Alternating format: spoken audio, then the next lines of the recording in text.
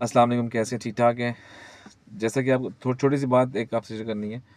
जैसा कि आप लोगों को मालूम है कि रमज़ान की आमद है, तो हर बंदा अपना-अपना एक ऑडिट करे, एक एहतसाब करे कि जिसमें वो अपने आप को ये सोचे कि मैं ऐसा कौन-सा अमल है जो कि दीन के हवाले से मैं नहीं कर पा रहा हूँ, तो मुझे वो करना चाहिए। जैसे मिसाल के तौर पे नमाज़ें कंप्लीट नहीं कर पा रहा, वो कंप्लीट करने की कोशिश करे कि 30 दिन तक वो रोज़े रखे, नमाज़ें पढ़े 5 वक़्त की। फिर उसी को प्रैक्टिस को फ़ॉलो करता रहे। या कुरान शरीफ की तिलावत करता है तो उसको मज़ीद उसके अंदर कवी लेके आए। या ऐसा कोई दीन का मामला है जो मुझे सीखना चाहिए या सिखाना चाहिए लोगों को, तो वो ऐसा अमल करे कि कोई ऐसे ही क्या नाम है लेके आए कि जिसके थ्रू वो काम सीखे और उसको फिर आगे मज़ीद कंटिन्यू करता रहे। ये 30 दिन बहुत इंपॉर्टेंट है। इंपॉर्टेंट किस सेंस में है? याद रखिएगा, जब भी कोई प्रैक्टिस फॉलो करनी होती है ना, तो उसके लिए आपको कंसिस्टेंसी दिखानी पड़ती है। आप कंटिन्यूअसली इसको यूज़ करना, आपको प्रैक्टिस फॉलो करनी पड़ती है। अब ये 30 दिन है तो इसमें प्रैक्टिस फॉलो है। उसकी वजह ये है कि बुजुर्गान दीन फरमाते हैं कि 40 का हिस्सा, 40 का डिजिट जो है वो ऐसा हिस्सा है कि अगर आप किसी चीज़ के ऊपर मेहनत कर रहे हैं, कोई चीज़ आप कोई रिसर्च कर रहे हैं, कुछ भी कर रहे हैं, तो आप उसको कंटिन्यूअसली करेंगे तो रब ताला आपके 40 दिन या उसके बाद तक या उससे पहले 40 के तकरीबन 40 दिन तक जो जो उनका तजर्बा है बुज़ुर्गों का, कि 40 दिन तक करें कंटिन्यूअसली इस चीज़ को, तो आपके ऊपर जो भी आप उसकी खोज कर रहे थे, जो भी आप रिसर्च कर रहे थे, जो भी आप मेहनत कर रहे थे, रब ताला आपके उस चीज़ के लिए, उस चीज़ को आपके लिए अयां कर देगा, खोल देगा वो सामने आपको, रोशन रोशन कर देगा। तो और आपको उसको समझ आना शुरू हो जाएगी। तो ये एक बहुत ही ज़बरदस्त एक नुस्खा है बुज़ुर्गान दीन का कि किसी चीज़ को फ़ॉलो करने के लिए, तो ये बहुत अच्छा एक अमल है। तो 30 दिन तो वैसे ही हो गए रमज़ान के, उसमें तो हम फ़ॉलो करेंगे ही करेंगे इंशाल्लाह।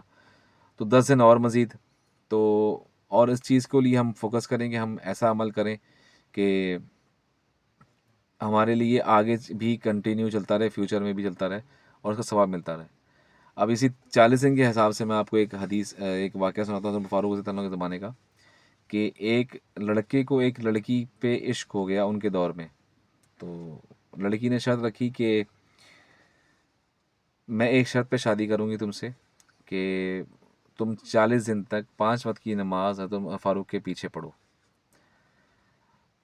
41वें दिन मैं यहाँ खड़ी होंगी, तो तुम आना, हम पे शादी कर लेंगे। लड़का शर्त को एक्सेप्ट करता है और वो उसी पे लग जाता है।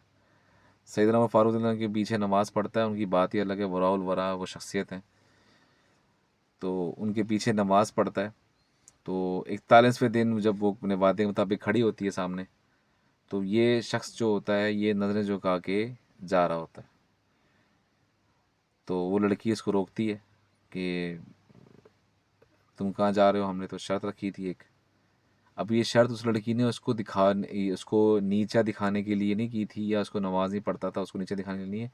वो एक लड़की भी ज़ाहिर बात है उस वक्त की बहुत बड़ी होगी, लड़का भी इतना शरीफ उसमें बहुत होगा कि नेक होगा कि उसने भी फॉलो किया उस चीज़ को, लड़की ने भी फॉलो करवाया उससे। तो बताने का मकसद ये है कि उस लड़के से जब कहा उसने तो कि हमने शादी की शर्त रखी थी, तो वादे के मुताबिक मैं खड़ी हूँ, तो आप बताओ करना है। तो उस लड़के ने साफ इनकार कर दिया, कहता जिसने उमर फारूक के पीछे नमाज़ पढ़ ली 40 दिन की, तो अब मुझे इस चीज़ की लालच नहीं कि मैं किसी पे इश्क में जो आशिक, मैं किसी का आशिक हो जाऊँ। क्योंकि हज़रत उमर फारूक के पीछे नमाज़ पढ़ने से मकसद ये है कि उसने रब ताला से मिला दिया उनको।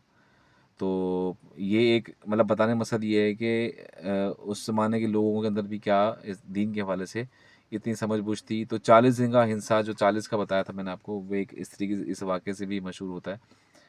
तो बताने का मकसद है कि आप कोशिश करें, आप खुद एहतसाब करें, तो ऑडिट करें कि क्या मुझे क्या चीज़ आज इस बार नई चीज़ लेके आनी होगी कि मैं लोगों को फ़ायदा पहुँचाऊँ, और ख़ुद पहले अपना खुद फ़ायदा पहुँचाऊँ ताकि मैं अपने इस्लाह करूँ, अपने आप को सीधा करूँ।